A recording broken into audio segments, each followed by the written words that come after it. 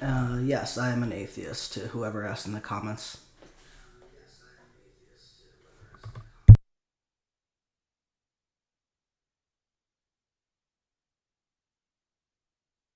Hey, I Spy, how are you? But yeah, I watched two of this guy's sermons. One, my answer to those that examine me. Oh, my dogs are here. And honor your father and mother.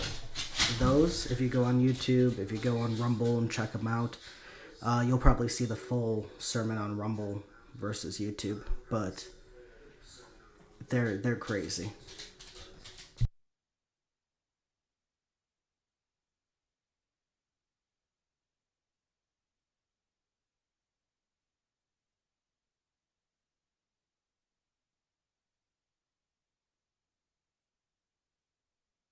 I agree, I Spy. There's so much wrong about this guy, but but it did bring me to the whole thing of honor your father and mother. How biblical is it?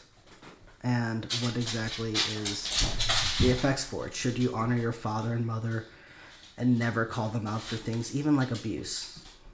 So, this guy, he says that the law given by God to Moses for his people to live righteously involves that if your child is disobedient, if they're unruly, if they have issues that you just can't solve, you are to take them to the elders. You are to tell the elders what's wrong with your kid, and then everyone is supposed to stone them to death. It says in, I believe, Exodus 21, 15 and 17, those that strike their parents or those that even curse their parents. So you don't even have to like really do anything. You just have to like curse your parents, say things, and it says that you should be unalived. I think that that's just a horrible rule, a terrible way to live and operate your culture. But yeah, that is what the scripture says. You're right. Prince of Poems, would you like to come up and defend this guy's position? Do you think that kids should take any kind of quote unquote discipline, even if it's abuse from their parents, and take it with a smile no matter what? Because if so, please come up. Let's talk.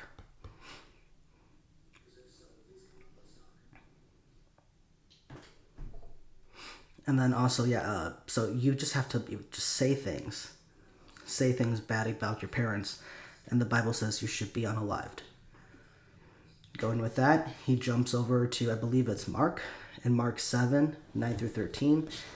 That's where Jesus is talking about that law and actually rebukes the Pharisees and the religious leaders because they are not following that law.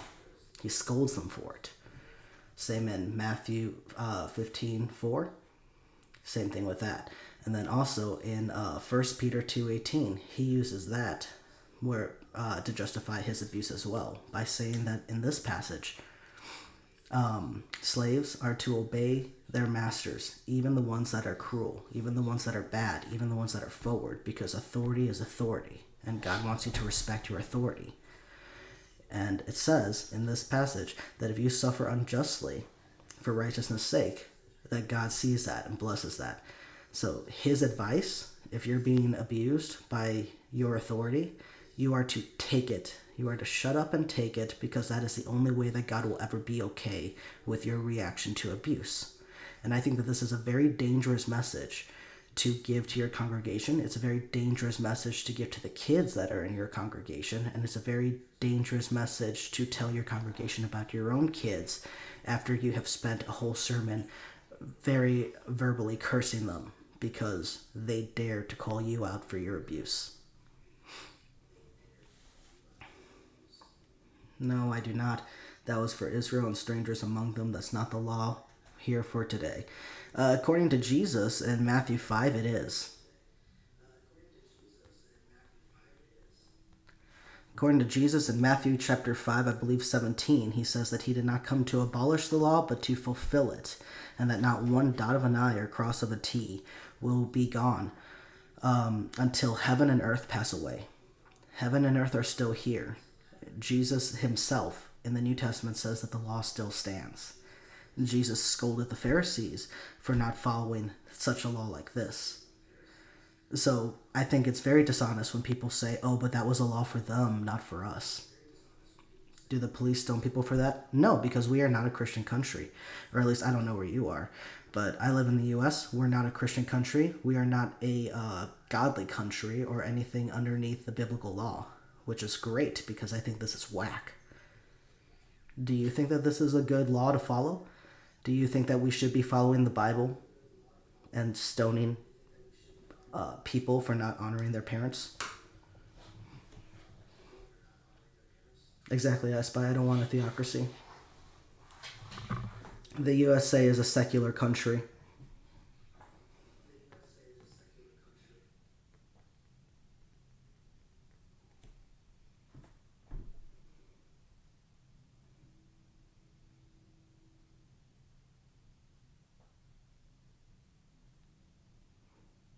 Founded by deists, yes, but at the same time, it is a secular country.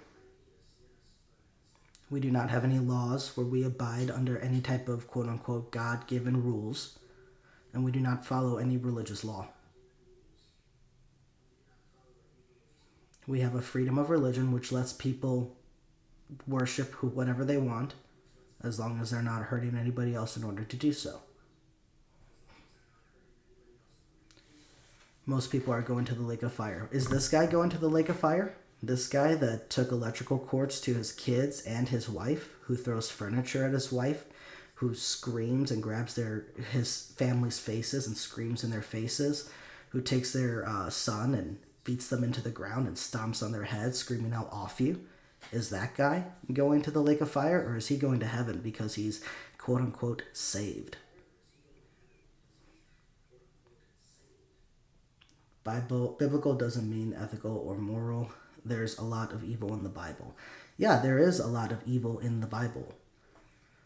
And a lot of it is done and ordered by the quote-unquote perfect, just God in the Bible. The Bible is definitely not ethical or moral. Wow, who is this guy? This guy is Pastor Steven Anderson. If you don't know anything about this guy, he is America's #1 hate preacher. And he's been very popular for, pushing the boundaries of certain laws, getting banned from certain countries for his extreme hate speech against LGBT women and, things of that nature. The Jews also. Very anti-Semitic, this guy. The Bible says, provoke not your children to anger. Yeah, you know what? Give me a follow and send me that in a DM, and I will send you this guy's response to that and how he mocks that verse in rebuke to what he is preaching. Because according to him, he never provoked his children to anger. And so how dare anyone try to say he did? Religion was created by men for men and only men. I 100% agree. Yahweh was a Canaanite war god. What else would we expect? Yes, Yahweh originally started off as a Canaanite war and storm deity, which is kind of cool. But there are actually really cool Canaanite myths for Yahweh. Granted, some of them are messed up, but some of them are pretty cool. Yahweh seems cooler as a Canaanite god than a biblical god.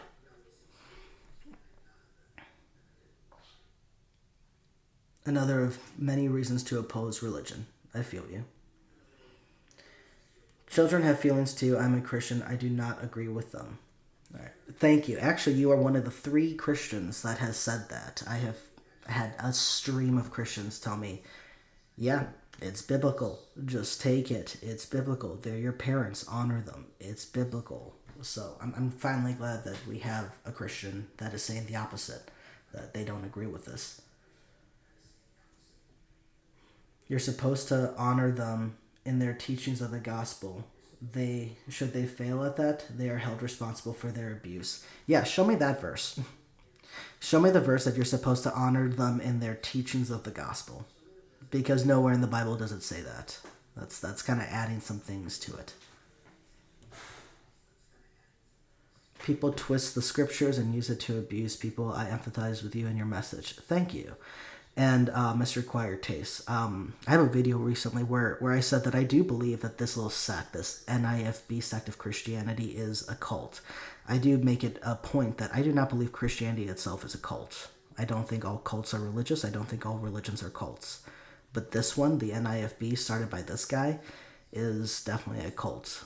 And I think that it's very interesting because some of the pastors in the NIFB have said, I don't think that this is right, and I think that this guy should step down from leadership.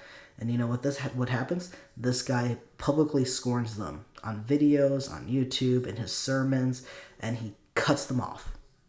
Cuts them off. People have been kicked out of the church. People have been told never to come back. His own eldest two sons, I believe, or no, his eldest son and his third eldest son have been kicked out of the church because they dared to go public against him. What would we say if that's not a cult? When he's there trying to convince his whole audience, don't go look at their interviews, don't watch what they have to say because they went on they went on a channel with a quote unquote tranny, and therefore their message is disqualified. That's manipulation. Saying don't watch this person's tale of abuse, calling me out for it because I don't agree with that person's, quote unquote lifestyle, that is manipulation to his entire congregation.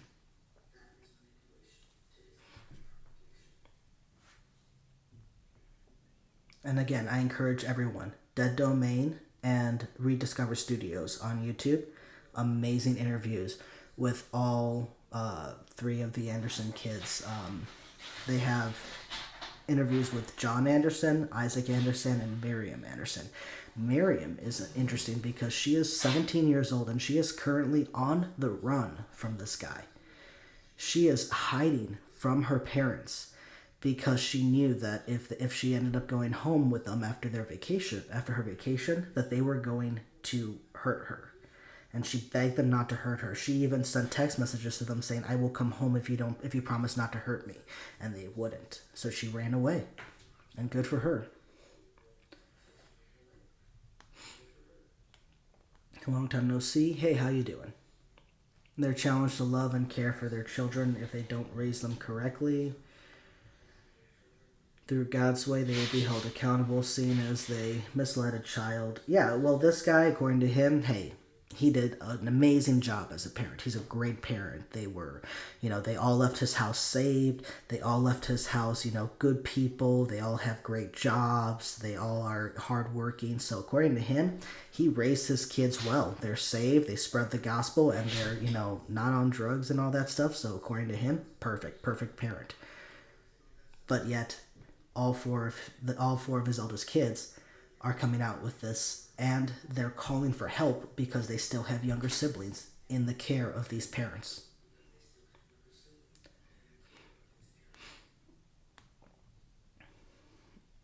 Asherah was the fertility goddess for worshipped by women. Yahweh didn't like that. Yahweh and Asherah, according to Canaanite myth, were actually husband and wife. They were a married couple. And it wasn't, I believe it in Josiah, or King Joash, or whatever, it was him that cut down and cut out Asherah from the worship or from being worshipped, and took her out of Yahweh's temples and stuff. All the way up until like 1 Kings, she was worshipped with Yahweh. Oh yeah, Mithraism. I do like that. Shouldn't happen to. And what did God say should happen to people who mislead or abuse a child? One of his children? Yeah, that they should have a millstone wrapped around their neck and thrown into the sea. But again, this guy is saying that what he did was biblical discipline, not abuse. I'm saying it was abuse. I'm saying that there's no such thing. According to him, though, there's no such thing as child abuse. You can watch his sermons for honor your father and mother. He says flat out, show me anywhere in the Bible where it talks about child abuse. He doesn't believe it's a thing.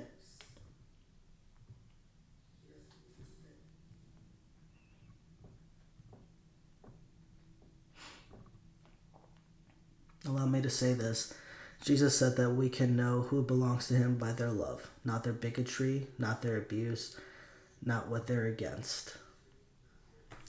Yeah, and I think that him calling this love, his quote-unquote discipline of his kids, and him justifying it with the Bible is a great example to show that this book can be twisted in any way, any way that you want it to be. And even he admits that. Even he admits that you can twist this book any way you want it to and make it say whatever you want it to say. And I think this guy's a master at it. But I can't deny that what he is saying is actually in the book. It does say for children to just obey their parents. It does tell servants and slaves to obey their masters, even the cruel ones. It does say that if you suffer unjustly and take it, that you will be rewarded. It never says anything about when you can dishonor your parents. And he is right about that. While I don't think that's justification for his abuse to his children and his wife, I do think that it should be addressed, because I think lots of Christians have to then figure out how they're going to reconcile their view of we need to look at the spirits of patience and love and things of that nature, because that's what, that's how we're supposed to recognize each other, save individuals, to the words of God and Jesus saying, yeah, honor your parents or die.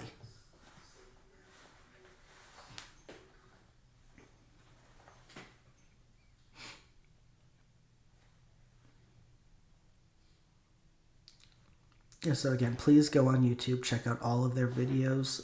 Isaac Anderson did, I think, 2 full interviews. John Anderson did about, I think, 3 or 4. And Miriam, I think, did 2.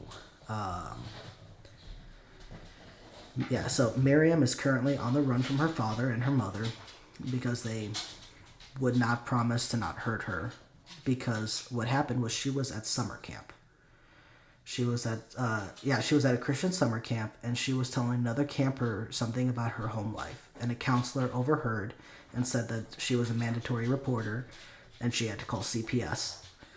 Miriam begged her not to call CPS, said everything was fine, but the woman did anyway. The parents called Miriam and said, hey, CPS was here talking about you. And then she... Through a little bit back and forth, it eventually got to, you're coming home right now, you're going to pay for this, how dare you do this to us? And Miriam going to her uncle and begging him for help, saying she will not go home. She will run away before she goes home. So her uncle was like, all right, I want you to stay with me then, because I'll take care of you, I'll provide for you, I'm a Christian, and I'd rather you be here with me, a saved family member, than out in the world by yourself. And so she stayed with him for about a month, until her father suddenly showed up to angrily collect her. She ran away. And ended up escaping custody when they got her. She ended up escaping custody, spent the night in a ditch just to hide so that she could not go home to these people that were hurting her and her siblings so bad. Now, the stuff that she talked about was her mother, mostly. Her mother did a lot of the abuse, especially to the girls. Told them horrible things about themselves, about how they looked, about how dumb they were. Told them that they'd be lucky to have any man that would put up with their crap, things like that. She talked about how her mom would take babies, infants, when they cried and hit the bottom of their feet with a wooden spoon as punishment. She talked about how their mom would grab them by their hair and drag them in the showers and put on really cold water and put their face up towards the water so that she felt that she was slowly drowning for about 20 minutes. And then finally, when she gave up, they would drag her to bed, throw her in bed, take away her blankets, and not let her change. So she had to lay there shivering in freezing cold clothes all night.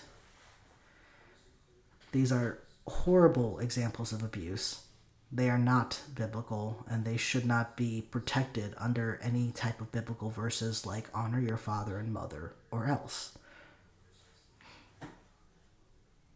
I don't think the Bible can justify this. I don't think the Bible can justify a lot of what it says, but definitely not this.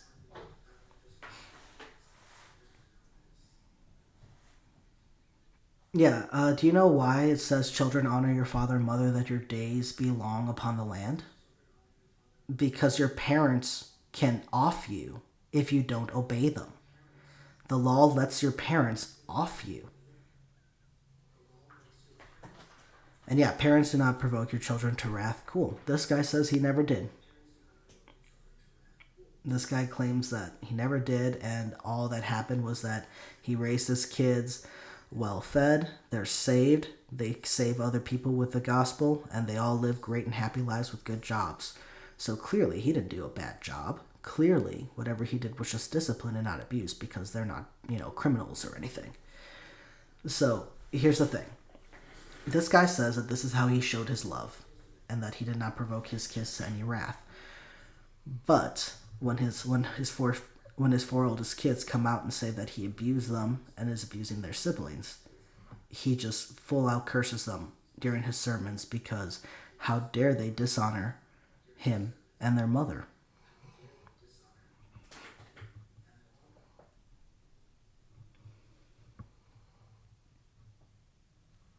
Now Isaac Anderson talked about how he was a part of a quote unquote text message scandal at one point when he was a kid. And when his dad found out, his dad came up to him from behind when he was at home sitting at the kitchen counter. He ripped the stool out from Isaac, proceeded to beat him with it and start hitting him and literally stomping on him. Both him and Miriam talked about how Isaac's head was stomped into the ground while his dad screamed, "I will off you." But yeah, sure, absolutely perfect, Nothing wrong here. He also talked about how, I believe it was Solomon, was outside doing yard work, and their dad went because he heard that his son was watching, I think, The Office on YouTube or something, and he grabbed his son and threw him against the side of the house where his son's head hit a windowsill and cut open. And he did not seek any medical attention for his son. He just threw a rake back in his hand and told him to keep working on the yard. I don't understand how anyone could say, this is a situation going on. Well, kids, honor your father and mother.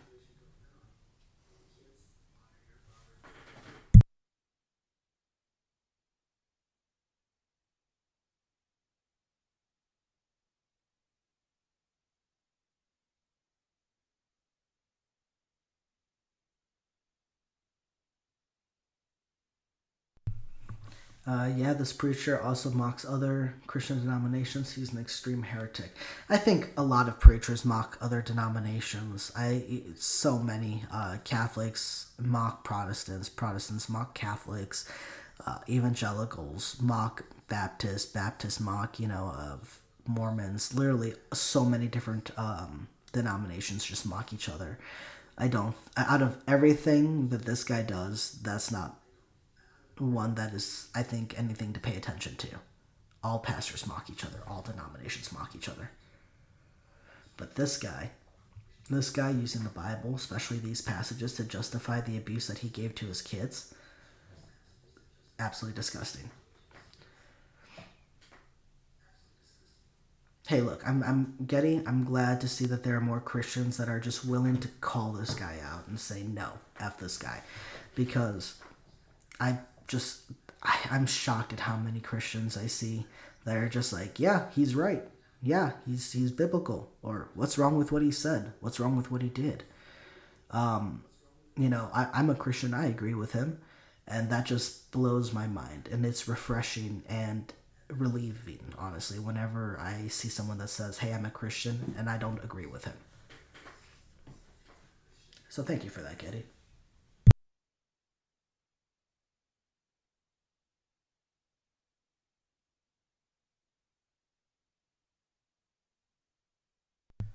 All right.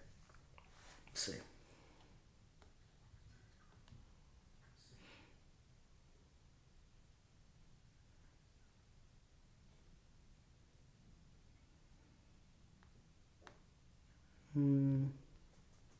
Let's see.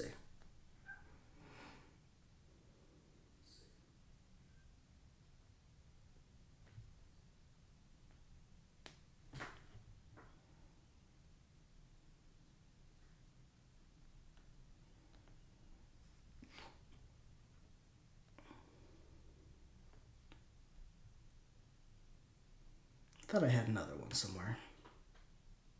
Something a little bit more recent than this.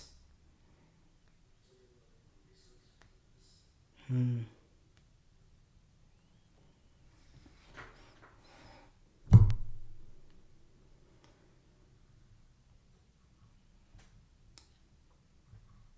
Let me see if I can fix this. Alright, that's cool.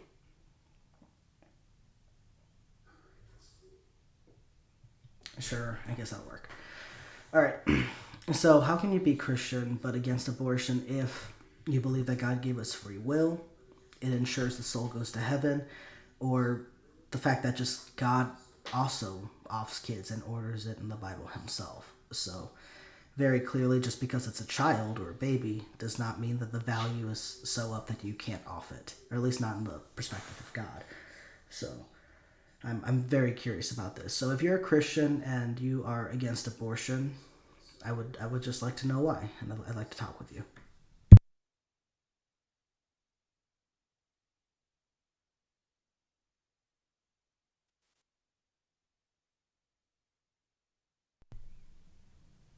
Hey man, how you doing? Excellent. How you doing?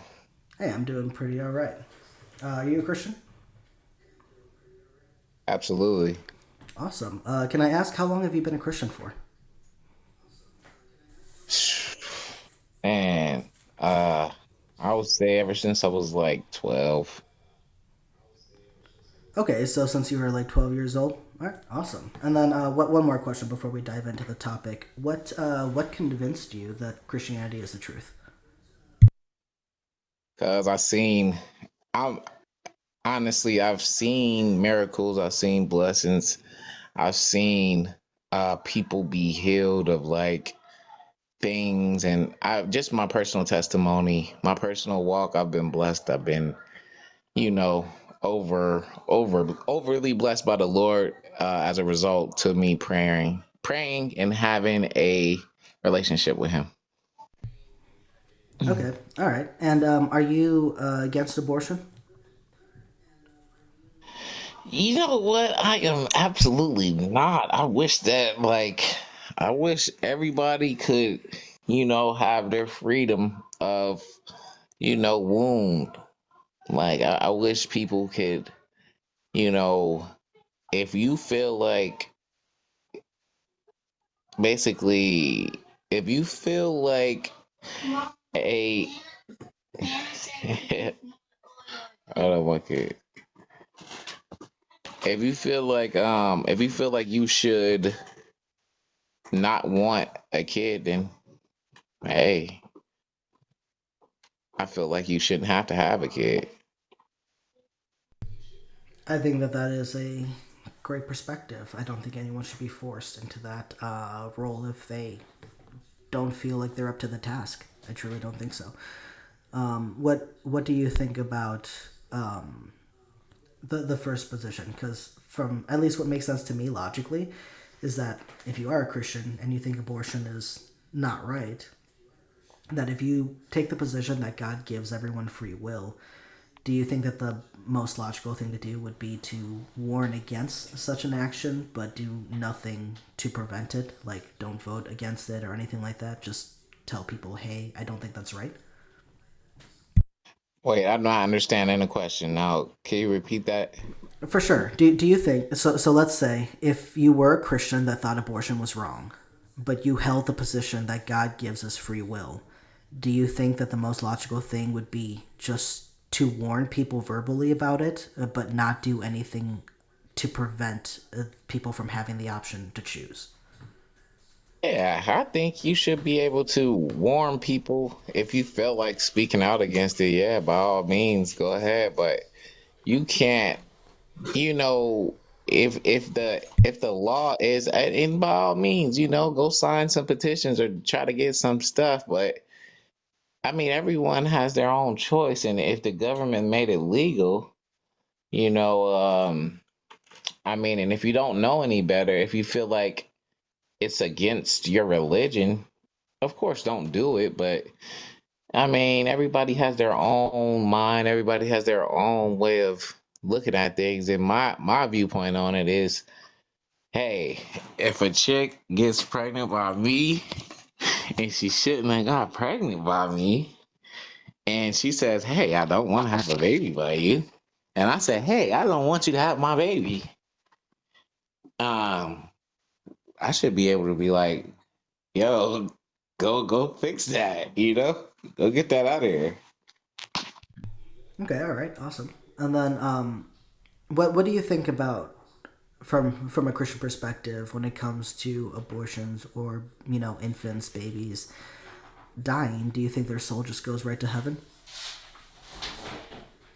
You know what? I believe that it would, because I feel like it all depends on the lineage of the kids and the fathers and everything, like, because because in the Bible, there's different, everybody. My but dad always said it takes all different kinds to make the world go around.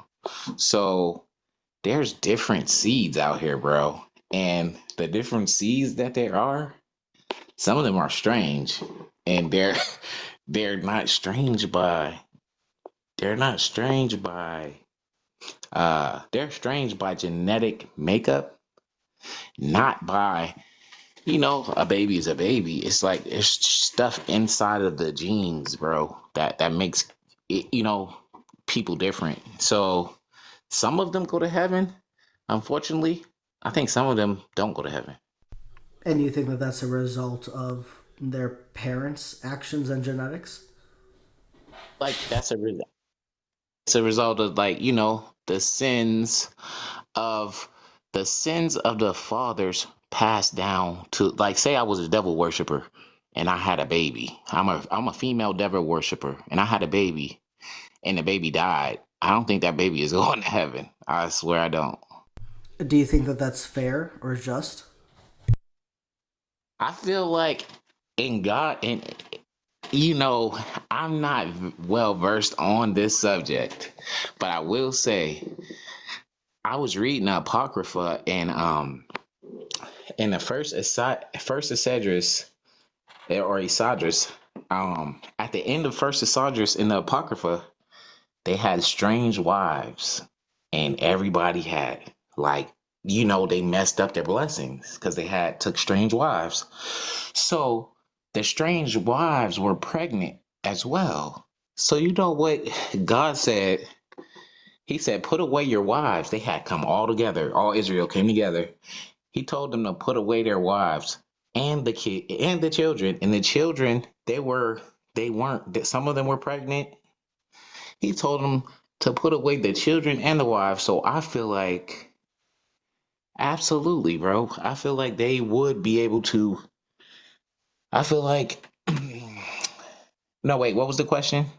Before I get off I subject. asked if you think that it's good or just of God to send some babies to heaven and some babies to hell based on what their parents did. I feel like it is, because that's just like in a lion, like in a wild, when you see a lion, um when a lion sees a when a lion sees a coyote, he knows that coyote is a wild dog and is gonna come kill his kids if he gets around him. So what does he do? He goes and kills the lion goes kills the kid. He goes to kill the kid. So God is just killing the wicked seeds. Is You're in you're my saying you're saying that if a lion sees a coyote coming around his cubs, the lion would rather off its own cubs than let the coyote get him. lion would rather, well, basically, if a lion sees a wolf cub, he's gonna kill the wolf cub because he knows that wolf cub is gonna grow up to kill his. Oh, I don't think it's anywhere at all that complex. I think that if the lion's hungry and sees a wolf cub, it knows that it's smaller, it's weaker, and won't be able to get away as fast, so it's an easy snack. It has nothing to do with this wolf cub may come towards my family later on. I don't think it's anything like that. Well, what I'm saying is, if the wolf cub grows up and finds a lion cub, it's gonna kill that lion cub, because the We don't lion know cub. that. We don't know that. I don't know that. I I, mean, I have you seen a wolf cub versus a lion cub? That thing is massive compared to a wolf cub. So I doubt that a wolf cub is well, going to well, try to go after a lion cub. I mean, like a grown lion, if it runs around and sees a wolf cub, it's gonna kill that wolf cub because it knows if that wolf cub grows up, it would that full grown wolf would catch a baby lion and kill that baby lion. Sure, because it's hungry and it knows that a small baby is going to be easier to take down than a full-grown lion. So it's the same thing, vice versa. It's this is something that's smaller and weaker than me that I'll be able to catch and I can eat it. And so I'm hungry and I'm going to eat it. It's nothing about what the future may hold if this thing grows up. It's nothing that complex. And I also don't understand how that justifies God sending some babies to heaven and some babies to hell based on the decisions of their parents. Oh, the sins of the fathers fall on the kids. Why is that just though? Because like I don't think that it would. So like let's say there was a trial or whatever for you, and we found out that, whatever you did, you're going to serve 3 life sentences. Do you think that your child and your grandchild should serve the other 2 sentences? You think that would be just? Um, you know what? I don't feel like it'll be just, but would God feel like it'll be just? I don't know. I'm So, not God. what you don't think that it's just, but we see that at least from your perspective, it seems like God thinks it's just. How do you reconcile it when you disagree with God's sense of justice? He won't think that that's just okay. Say I'm a Satan worshiper, right? And I have a seed. I bear a seed. I put a seed in another Satan worshiping woman. That seed will grow up. It'll be in his blood to like worship Satan, I believe. I Well, I don't. believe Why? Why? God Why do you believes think that? God, God believes that there be of that same tribe. You be of your father. You'll be like your father. But we see that we know for a fact that's not true. We see so many examples of people that are nothing like their parents. For example, I'm nothing like my father. I rejected a lot of how he is because I think that he's a very emotionally immature man, and I don't think that he knows how to be a good parent or a good partner. I seem to have surpassed all that and been a much better uh, person than he is. My mom is way better of a person than my dad, but I still think that there are things about her life and the way that she lives that I reject, and I think that I'm doing a better job at it. I'm just one person, but there are so many other people that I know, and I'm sure you do too, that very strongly reject how their parents were, how their parents acted, and are completely different. So we know for a fact that just because your parents were a certain way does not mean that you will be that certain way. So why is God trying to deny reality and say that it is? Well, back in those days, so we're talking about 1000 BC or whatever the Bible is. So they were basically saying that when you're of that tribe, so basically we would say in like in today's terms it'll be of that religion or of that, I guess, I don't want to say race, but things of that nature. You will be like that race or that religion, I want to say. Your culture, you mean? So yeah, culture. Thank you Okay. for saving me. So you'll be like that culture, like say if I was in a culture, say I was from freaking somewhere like a third world country where they prayed to a certain god. I will be like say I was from India where they have like a million different gods and things that I would be like that if I grew up Most likely, and yes. be contrary to No. God, basically. Yeah, so I understand that point. That most likely, yes, you will at least be some kind of product of your culture. That doesn't mean that you have to like accept everything, about your culture. So for example, there are lots of Christians that, America that I live in is a secular nation. There are lots of Christians that reject a lot of what the secular nation says allows, like abortion. Lots of Christians reject that and think that that's not okay. But I think that that leads a great segue into the next point of even God offs kids and orders it himself in the Bible. So he clearly doesn't value the life of a child or a fetus or anything like that. So when, like there were examples of God telling his people, I want you to go into this nation, this culture, and I want you to destroy it. Men, women, children, and infants. So my question is that if the culture is destroyed, or at the very least they destroy the people that are in the town or tribe that they come across, why do the children have to be destroyed along with them? If you have destroyed that tribe, why couldn't God just tell his people to adopt these kids and adapt them into their own culture where they're going to grow up godly? Okay. Can you repeat that question one more time? I'm sorry, I had these kids No, random I trying to I, get. I understand. My question is that why, when God gave orders to his people to go and off cultures, tribes, and stuff like that, why were the children involved? Why couldn't God say, hey, when you guys are done, take the children, take the infants, and I want you to adapt them into your culture and raise them right so that they'll grow up godly? You know what, bro? You said why when you said why when God did what now? Say that one more time. I'm sorry. Yeah, why wouldn't God tell his people to adopt the kids that whose parents they offed and raise them the right way, raise them godly, instead of just telling them to off them? It's always um why would he tell her not adopt him? Because Yeah. I feel like he feels like the seeds will be just like the parents. Okay, is, You is know? is God not a miracle worker? Is he not able to soften hearts or harden hearts the way he chooses? Could he not soften the hearts of these kids that are now growing up with Israelite Would parents? he want that in his kingdom? Would he want a tainted, flawed vessel? According to the Bible, every single human is tainted and flawed. So yeah.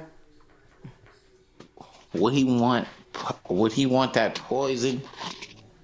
Would What he what, want a what about a child is poisonous poison? there's nothing about a child that's poison, but Okay. if they are if they are of their father, as if we're speaking biblically, if they're of their father, then wouldn't that child be super like the father? Like it would be like No, the again, child we, would. we know in reality that that's not at all the case. Sometimes, yeah, you could be like your parents, and sometimes no. So, but it's definitely not across the board. Children will be like their fathers. And if God is all knowing, God would know that. Okay, so God is all. So if we're speaking from, you know, biblical, we speaking from biblical context. Um, yeah. So God is all knowing, so He would know. See, we don't know His ways. That's one thing. That's the real reason why some people go and be atheists. Some people go and be Buddhists. Some people go because we don't really know his ways. So for me to argue and be like, hey, you're wrong for being that, I don't fully know his ways to argue with you. I just know what I believe, and I believe that, I believe that he is all knowing, but I believe that the seeds.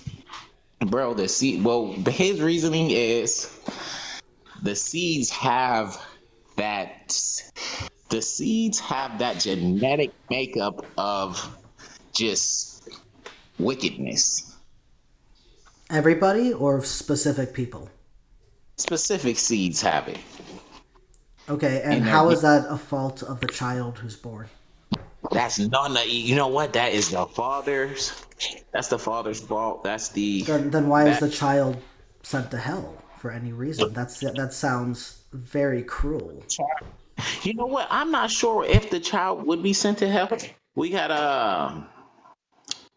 I'm not sure if the child would be sent to hell, but I am sure that they said that the sins of the fathers will fall on to the kids, and some people, some seeds are wicked, bro. Okay, but I still don't understand how, because the Bible says that God, it is through God's will that He can soften the heart or harden the heart of anyone that He wants. And if that is true, then biblically speaking, He could have had His people, instead of killing the kids, they would adopt the kids, raise the kids in a good and godly way, and as long as they were raised good and godly, their hearts would be softened because God could will that to be. So the Bible shows very clearly God did not have to order or do the murder of these kids, and yet He chose to. How can we call that good and just?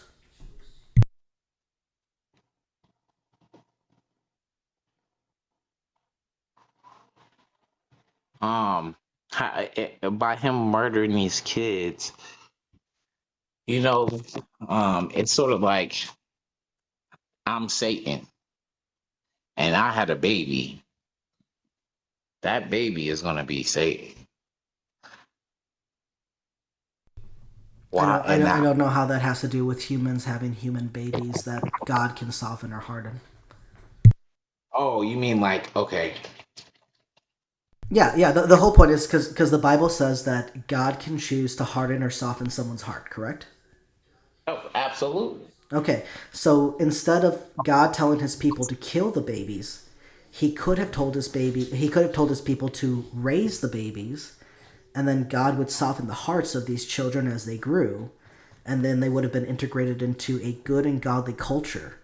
But for some I reason, believe. God didn't do that. He chose violence. He chose kill the babies. Why is that good? Why is that just?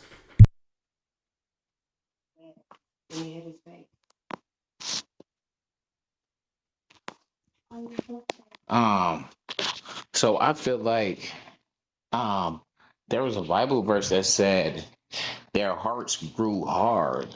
Do you remember that Bible verse? Like, their hearts were hardened, like towards God. So, Not like, the kids, and I'm talking about the kids. I'm not talking about anyone else. I'm just talking about the kids. So there is no oh, verse that no, no, says no, that the hearts of the kids were hardened. no, we ain't talking about the kids. I'm speaking of the verse in particular where he says their hearts grew hard against God. Their hearts grew hard, Which just verse like, in particular? It says that a lot. It says that about the Israelites to God. It says that about a lot of people. Which but specific passage? I'm not sure which verse it is, but what I'm trying to say is he can soften the heart, and sometimes their hearts grow hard to where they won't even receive. They won't receive. But now I know what you're saying. Not the babies. The babies Well, are actually, my question for you in response to that is, but who makes the decision? Whose will is it if your heart gets hard or soft?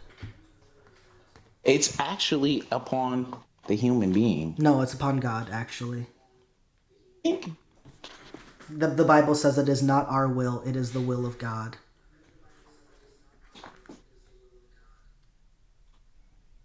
So it's not our will, it's the will of God. So God decides if your heart is going to be hard. God decides if your heart is going to be soft because He chooses. It is not our will, it is the will of God.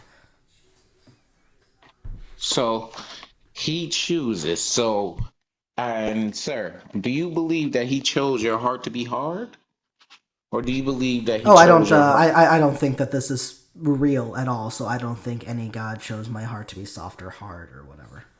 But I'm saying that at least according to this book, the God character is the one who softens or hardens people's hearts. It is His will. It is not the will of humans. Everyone has been predestined because He is the potter. He molds the clay, and we have no right to tell the potter how dare you make me this way. And it is God who makes some vessels for greatness and some vessels for destruction. And then goes on to explain how Pharaoh, a very clear example of God hardening Pharaoh's heart, over and over again because God wanted to release the violence of the plagues. God wanted to off the kids at the end. So the Bible's very clear. God is the one who makes this decision. It's not us. So if God is the one Oh, hardening the hearts of these people so that they keep doing bad, and then he sends a quote unquote judgment to off them and their kids, I don't understand how in any way that was just, especially for the kids.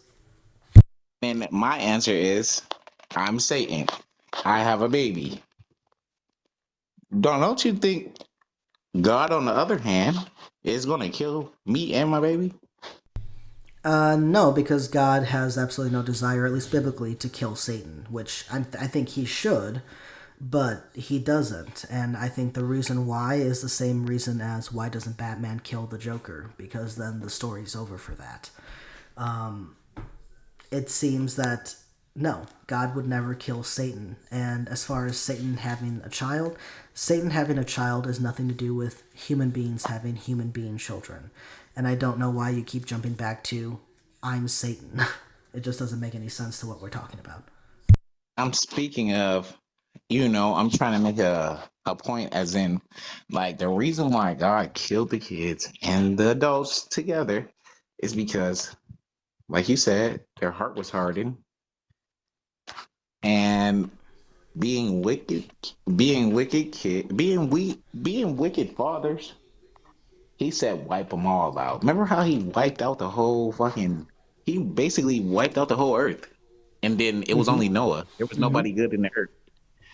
So they were all wicked people, and he wipes out the wicked and the seeds of the Which wicked. we could argue Is that even Noah and his family were not righteous people. You know, Noah was a drunk, and his son, depending on your interpretation, either made fun of him for passing out naked or sexually assaulted him, depending on your interpretation for that. So clearly, the people that were on the ark were not righteous either. Did God make another mistake there? I don't believe God makes mistakes. Okay, so it seems that, and I found the verse just so that I can give it to you. It's in Romans chapter 9, and I would recommend reading all of it, but specifically starting in verse 16. Still, it depends not on human will or or exertion, but on God who shows mercy. For the scripture says to Pharaoh, I have raised you up for this very purpose, that I may show my power in you, and that my name may be proclaimed in all the earth. So then he has mercy on whom he chooses, and hardens the heart of whom he chooses.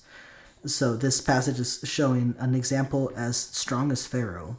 It shows how God predestines people, some for good things, some for bad things, and God is the one who chooses, the softness or hardness of your heart. It makes it very clear that it depends not on human will, but on God. So And be how is it just for God to harden the hearts of a people against him and then send them violent judgment on them and their children for it? he knew. He knew the hearts of their fathers. He predestined, basically, he predestined their whole reality. Yes, yes, and I don't think it's just to punish them if he's the one pulling the strings. I believe it would be. Say you were the creator. Wouldn't it be just for you to do what you wanted to do with your creation? Absolutely not. Not if they're sentient. Now, if like if I was a creator and I built water bottles, and they're not alive, they don't feel anything. Sure, I could, fill them up with water. I could fill them up with alcohol. I could, throw them around. I could, kick the can with it. I could do whatever I want. But once you start making things that are alive, that are sentient, then no, I think that there are suddenly a lot more moral rules that come into play about it. And if I made living creatures, I do not believe that I could just do whatever I wanted to them. Absolutely not. Um, but I would beg to differ because Why do you think that you could do whatever you wanted to something that can understand and feel pain and all that stuff? let's say, okay, let's put it in human terms. God said, "Go out into the world, have dominion over it, over the fowls of the, earth, everything over the earth, birds, trees, everything." So now that we have dominion over the earth, we can say that we're the creators. Let's say I create a farm. I have cows, I have goats, I have lambs, I have everything. I wouldn't say If I, you. I don't. I wouldn't say you created a farm. I would say that you formed a farm.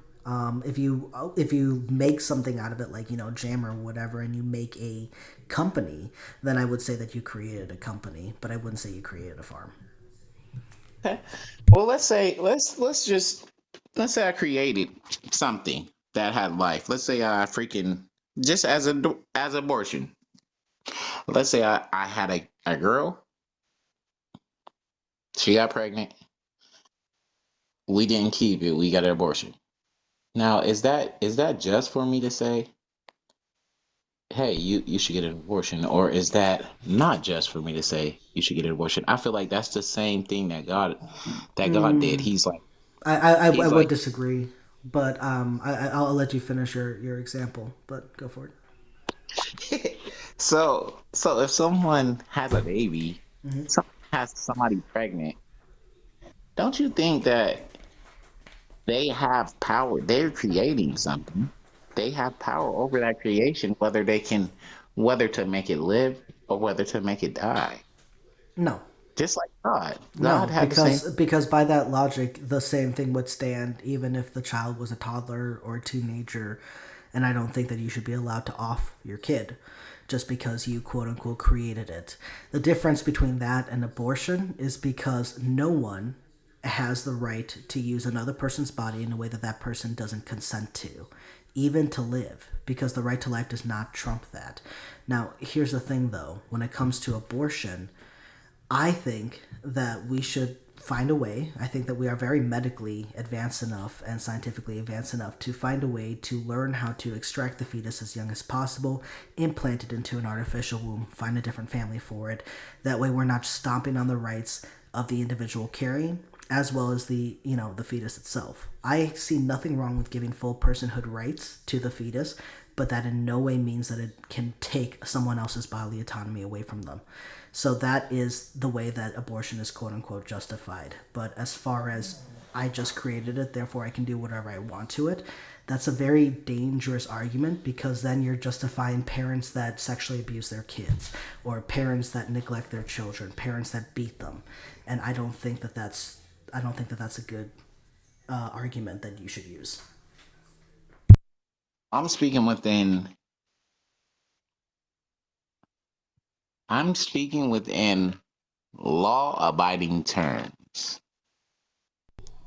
Yeah, in law abiding terms, just because you quote unquote created your child doesn't mean you can do whatever the fuck you want to it. So I don't No, know I mean, why God gets that pass. well, he's the creator. So what? Why does that mean that he can do whatever he wants to you and it's fine? Because basically he made you. He formed you. He knew you before you knew you. I He knew still you I, before your. I agree, but I don't think that that means that he can do whatever he wants to you and it's okay. I mean, like you said, he predestined your whole existence. Whatever you're going to be, sir, is already written down. You're just acting it out. Sure. So if and since you and I agree on that from a biblical standpoint, then I don't know why you don't agree with me that it's not just if I get punished for it because I'm just doing what I have to do, what God wanted me to do, and yet I'm somehow going to be punished for that. It doesn't make any sense. Same thing with just because these people had their hearts hardened and God could have chosen to soften their hearts, or at the very least, made sure that the kids grew up with soft hearts, but yet he didn't, and he chose violence and murder. And we're supposed to look at that God and still see him as just and good? I think that's very contradictory, and I don't see how you can logically make that connection. Well, I had a light bulb go off in my head. It said, "Do you think you can change your destiny?" As being a atheistic creature, do you think one day you could wake up if you wanted to, and knowing all of the Bible, if you said, "Hey, I didn't believe in God for a long time, and I preached against it," do you think you can change your destiny and your future by just waking up one day and being like, "Hey, I believe in God, and I'm gonna see if this thing works"? Do you think you will change your destiny, even though you don't believe in a book, but going off of your biblical viewpoint of knowing the Bible and knowing how the Bible is? Yeah, I think biblically, no, I can't change anything because, as you said, God predestined me. I also don't think that even outside the Bible that we can choose what we believe. I think we believe what we are convinced is true. I think I can choose to study into it and look into it, but I don't think that I can choose to believe in any specific God or any specific religion or whatever the case is. But biblically speaking, no, I will never be able to change what God has planned for me. No, I'm saying, do you think you, as having all the knowledge that you have, you know the Bible better than me. Do you think if you were to use that knowledge that you have and act as though you thought the Bible were true, do you think you could change your destiny, your predestined future in a act if you were to believe? Let's just say No, you were off on a limb and believe that. Do you believe that you would change your future? no, no, because if the Bible is true and I'm predestined, it doesn't matter if I play the part. I'm I'm I'm already set. I'm fucked. What?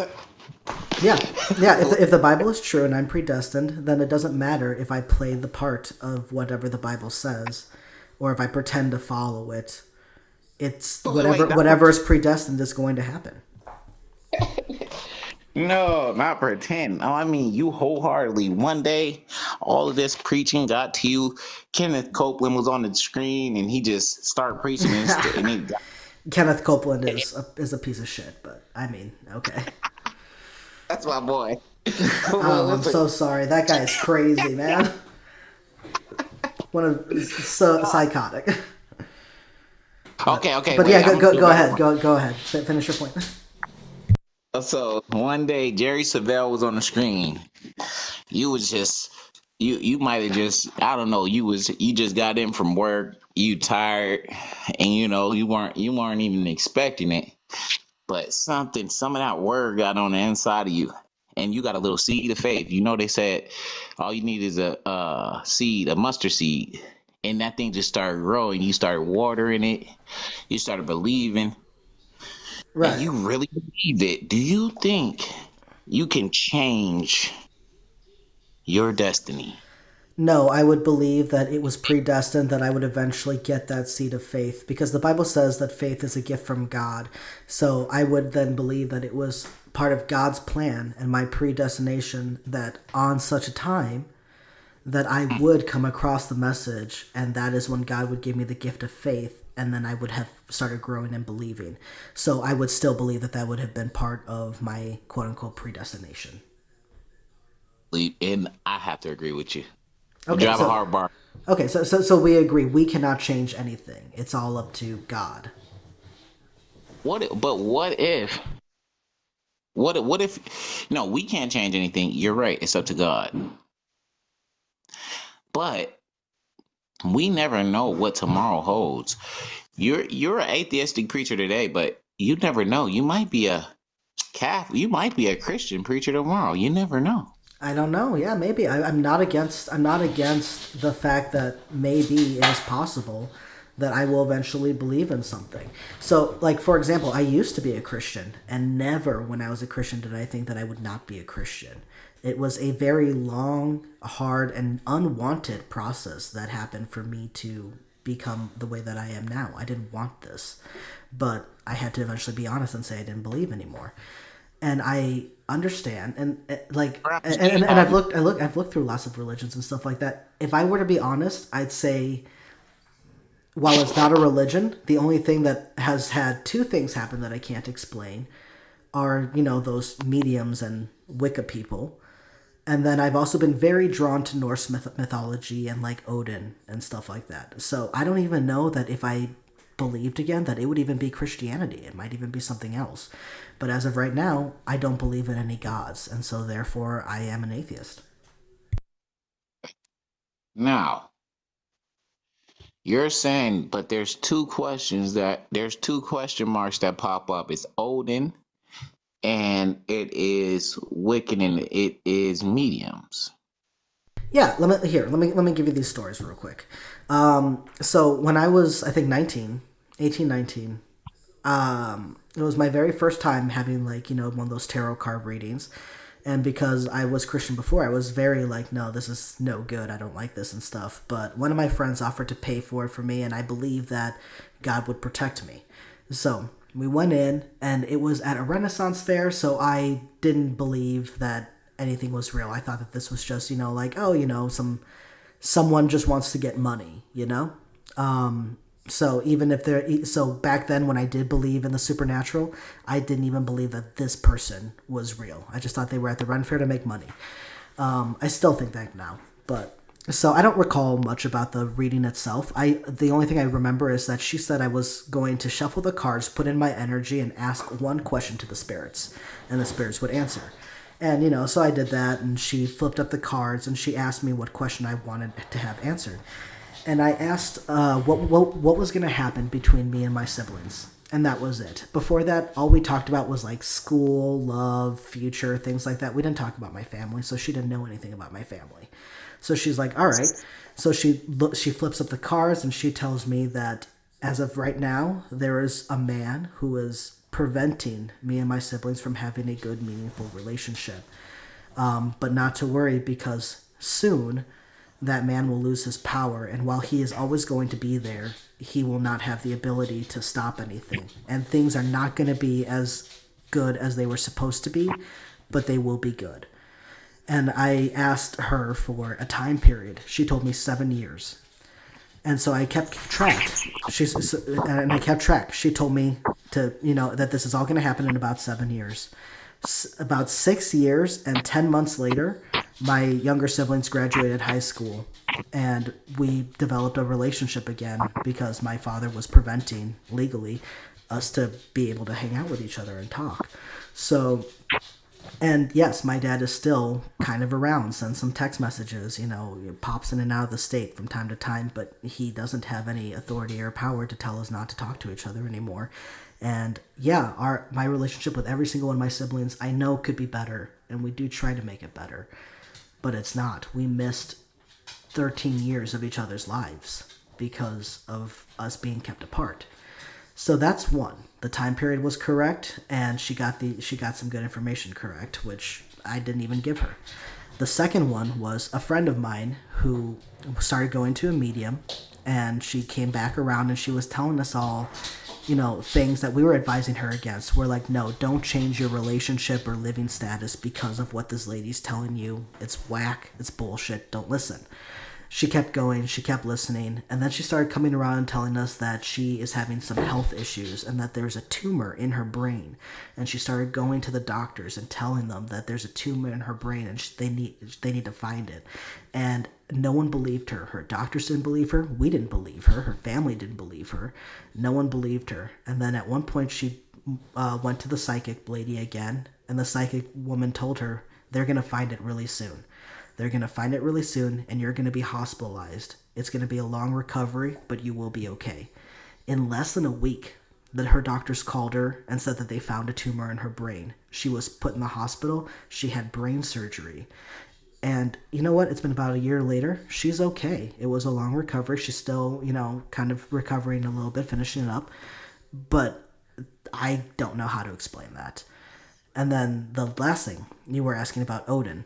Yes, I'm very drawn to Norse mythology. I think it's really cool, and I'm very fascinated with the idea of Odin loving wisdom and being willing to sacrifice things about himself in order to gain the knowledge, in order to gain wisdom. And I think that that's a good thing to live by, the pursuit of knowledge. Maybe not to the sacrifice of other people, but to the sacrifice of yourself. I can understand that because I think you as an adult should be able to choose things for yourself. If they don't damage other people, fine. If they damage you, I think that you have every right to make that decision if you are an adult.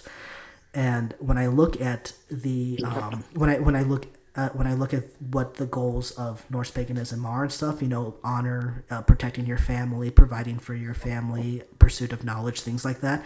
I think those are all very solid things to live by. So I'm very drawn to that. I've given prayers to Jesus, to Allah, to Odin, and to other gods before, and if I were to say that any of them have answered me, it would be Odin. But I'm not ready to jump in and say that Odin is the one true god or anything like that because I don't know if Odin's real. So I hope that answers your questions. Now, and also sparked another question. I was thinking, like, okay, if that piques your curiosity, um, now wouldn't a Wiccan or a medium be operating by spirits? So they claim, yes. So, being that there's a question mark there about it all, but you're not really certain of, you know, what you would lean towards, whether it be them three things. But there's curiosity there due to the Yes. life event transpired between you and, you know, your walk in life. Yeah, Um, definitely. There's definitely curiosity. For me, I would love for there to be a supernatural. I don't care if that's the Bible. I mean, I would hope it's not. But if it is, that's fine. I want to believe what is true. If the Bible is true, I want to believe it. But I think a supernatural would be super fucking cool. I would love to believe in it. I just am not convinced that it's real, and I don't want to say something is true when I'm not convinced. I think that that's a form of lying. you know, now I want to know. I clicked your name and it said 16.4 thousand followers, following Oh shit! 15 Really? That's crazy. eh, Anyway, go uh, ahead. 1,548 following. Okay. I don't atheism. Yeah, yeah. I don't I'm preach atheism. I'm not telling anyone that they should be an atheist or that atheism is so great or atheism is true or anything like that. I'm simply a person who's an atheist, and I think anyone can preach. So preaching itself is just pretty much giving like a long verbal, you know, talk basically, like a long speech, typically about something religious. But some people can preach about why you should be a vegan or something like that. You know what I mean? So preaching itself is just a very long talk or lecture about a certain subject. It just mostly has to do with religion. So that's what I do. I just talk a lot about religions. oh, okay. So you talk a lot about religion. So Yeah, like I said, I think they're fascinating. I think they're cool, and I definitely have a draw to it. Same thing, like I have a draw to. I like supernatural. I like fantasy. I love Game of Thrones. I love Harry Potter, things like that. The magic and the different creatures, the different beings, the gods, the miracles. I think it's all real cool. I just don't see that in reality. well, I want to know now that you have 16,400K followers. Have you ever came across a person on this app that was, per se, want to say a Satanist? Yeah, yeah, I've come across a few Satanists on here, but they all are atheistic Satanists. I have not met a theistic Satanist.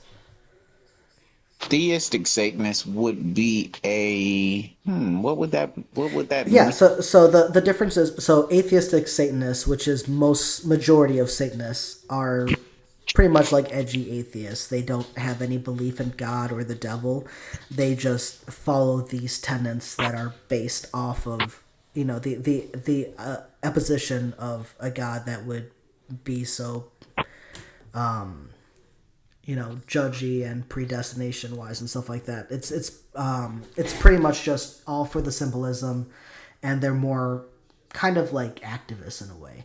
Whereas theistic Satanists, those are ones that actually do believe in a literal Satan, and they tend to worship in some way Satan or whatever they think Satan is. So which one would Antoine LaVey fall under? I actually don't know too much about what his personal views on that would be, whether the atheistic or theistic. I want to say he was more atheistic, but I can't say for a fact. I actually don't have the Satanic Bible. It's on the list, but we'll get there one day. Now, have you heard of this character, Jerry Savelle? The name sounds familiar, but not anything I've listened to or read. Is it an author? Are they a preacher? What are they? An author. He's a Christian preacher. Well, Awesome. I'm sorry. I'm taking notes. I want to look it up. Jerry, what? Jerry Savelle, Jerry. Uh huh. Last name Savelle, Savelle. All right. He, Awesome. I'll give him a look up later. oh, absolutely. 4/18 this year, April 18th, and he was such a profound preacher that he definitely he's still preaching beyond the grave. If you go to YouTube, every Sunday he has a message every Sunday. And my favorite message from him is what oh, wait, which one is it? It is if the devil can't steal your joy, he can't keep your goods. Um and it's so profound that like he basically makes the claim that as long as you as long as you can tap into your joy, as long as you can keep a full tank of joy, the devil has no power over the believer. But once you get into being depressed and sad and uh, anxiety sets in, um, you know, all of those negative emotions set in. If you can tap into your joy, then the devil has no power over. He actually is defeated because you have a full tank of joy. Now you can't get through. He's basically saying you can't get through life on a half a tank of joy when you're trying to defeat the devil and things of that nature. When tests and trials and tribulations are coming against you, and you fall into diverse temptations, you count it all joy.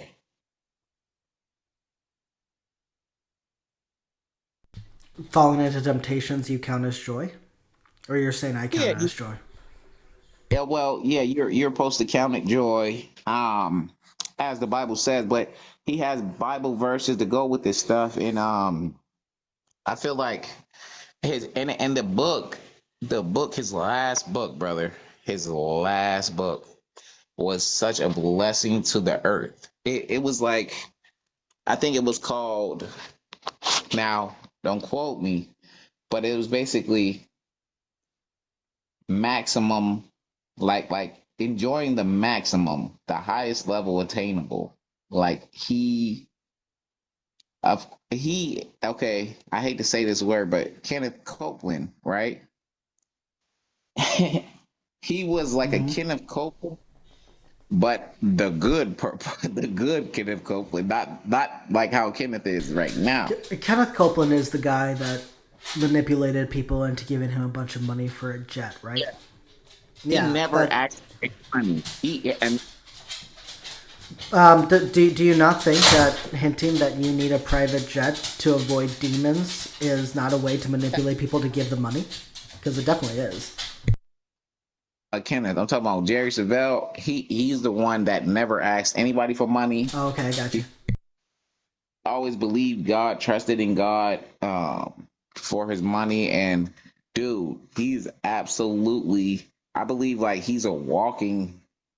If it was anybody, he's like a John from the Bible, or Paul. No, actually, the Apostle Paul.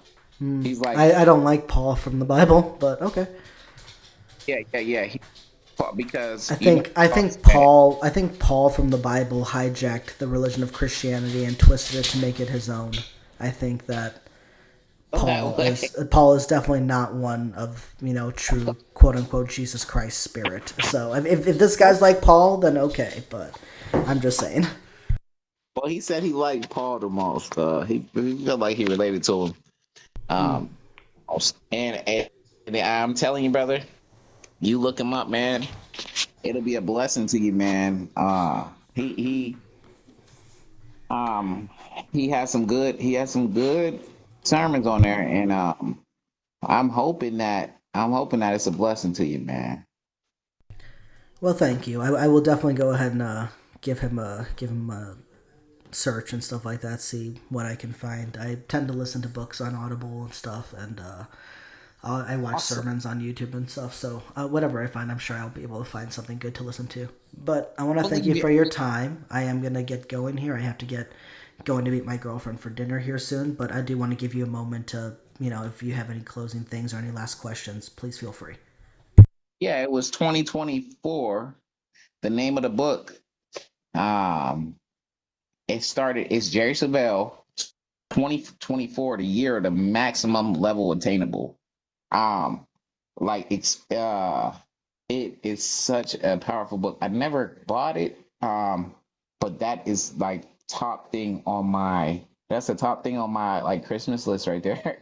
Um, and then also I just wanted to say thank you for your time and thank you for letting me up and having a what I want to say a what was this, babe?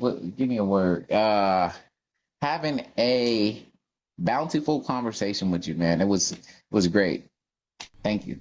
Yeah, and I want to thank you for your time as well. I did write down the 2024 maximum title as well, so I'll look that up. But yeah, thank you for spending your time with me, and thank you to your wife or partner or whatever who it seemed had to suffer in with our conversation as well. So, but good day to the both of you. Yeah, Thank you, brother. good day to the both of you, and I'll see you guys later. All right, buddy. Have a great day, brother. All right, bye.